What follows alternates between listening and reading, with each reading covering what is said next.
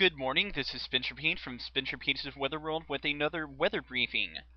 This is recorded just before 9:30 a.m. on Sunday morning, April 3rd, 2011. Now, first of all, we're looking at the surface analysis from the Hydrometeorological Prediction Center, which was put together from the 7 a.m. surface observations, and it was put out at 8:30 a.m. this morning. Now you can see here that there is a strong low pressure center in northeastern Nebraska with a trailing cold front through the Rocky Mountain states out into California. Now south of that low pressure center there is a dry line which is rather sharp and well defined through most of the state of Kansas, the Oklahoma Panhandle, Texas Panhandle, and down into West Texas into the El Paso vicinity. Now also more importantly for our weather, there is this is depicted as a stationary front on this, but I do believe that is a warm front and has moved rapidly north. It is now actually north of Mount Carmel. Right now, looking at my surface observation at my house, it is 61.4 degrees with a dew point of 39.2 degrees. Now, with that low dew point and those very gusty winds we're expecting today, potentially up to 50 miles per hour at times, we are expecting very dangerous fire weather conditions.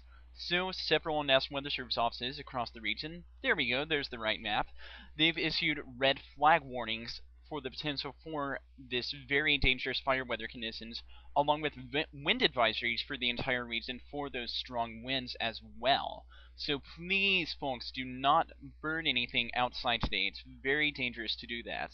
So let's see if I have the pictures in the right order now. There we go. There's the next one.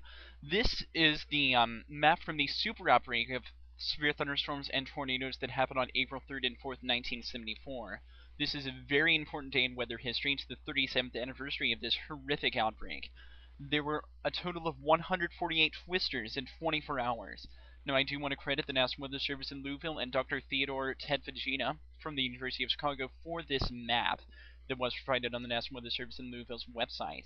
You can see that we lucked out, and the immediate Tri-State thankfully didn't have any tornadoes from that outbreak. But there were numerous tornadoes across, especially central Kentucky, central Tennessee. Those were probably the hardest hit areas, along with southwestern Ohio, especially the city of Xenia, Ohio, where an F5 tornado hit completely destroyed that city.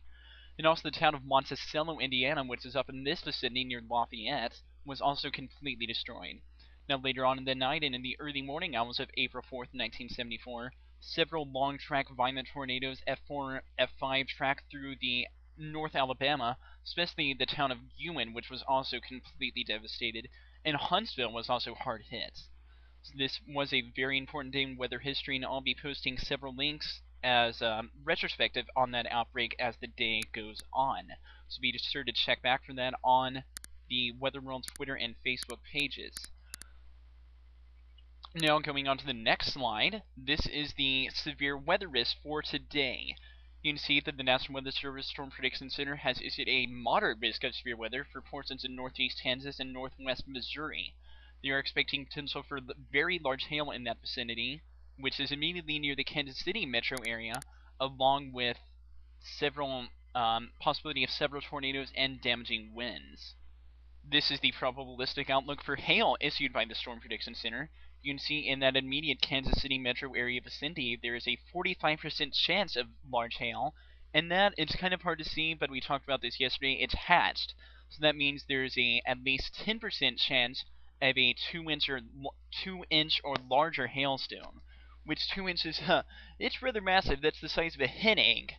That would be some very large hail, very, very destructive. Could be a dangerous situation out there later on this afternoon.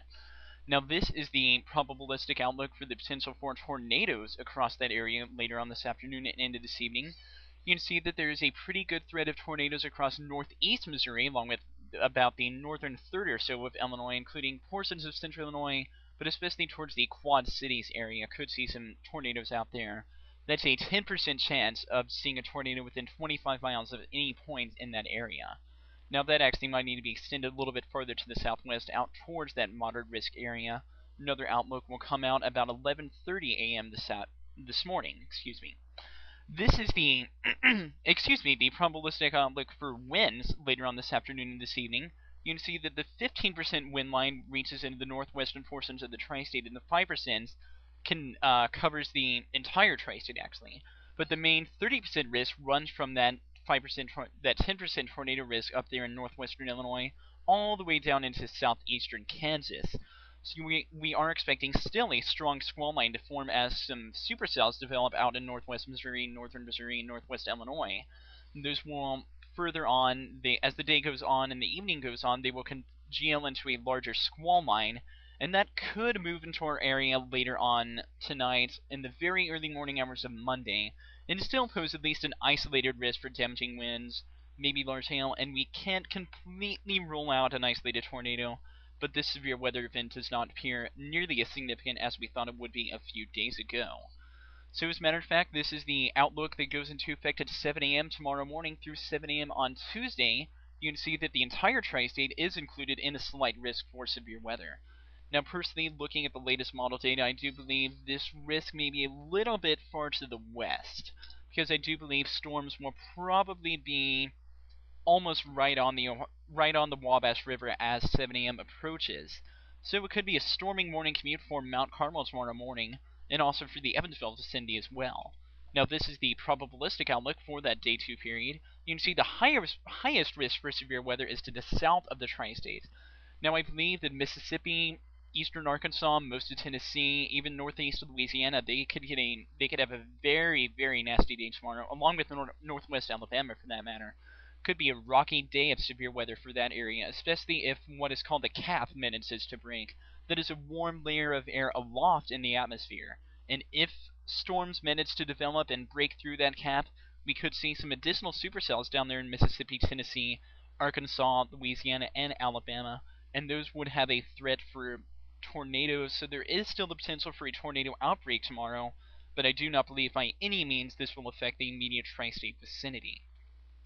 Now this, as we looked at this a bit earlier, but we'll just go over this one more time since I didn't really hit as hard as I wanted to.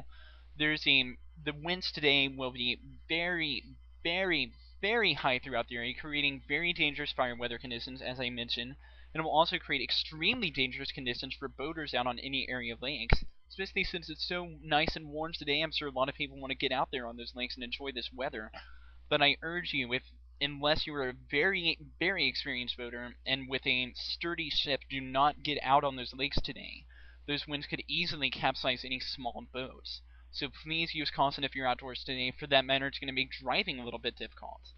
So this has been your weather briefing, recorded right at 9:30 a.m. on Sunday morning, April 3rd, 2011. So keep checking back for additional weather updates throughout the day, and if things start to get nasty off to our northwest later on this afternoon, I'll see if I can do some streaming coverage along with Storm Tracker Doppler Radar, and I will post links to view that streaming coverage on Twitter and Facebook pages for Spencer Peach's Weather World. So stay tuned, and I'll keep you advised.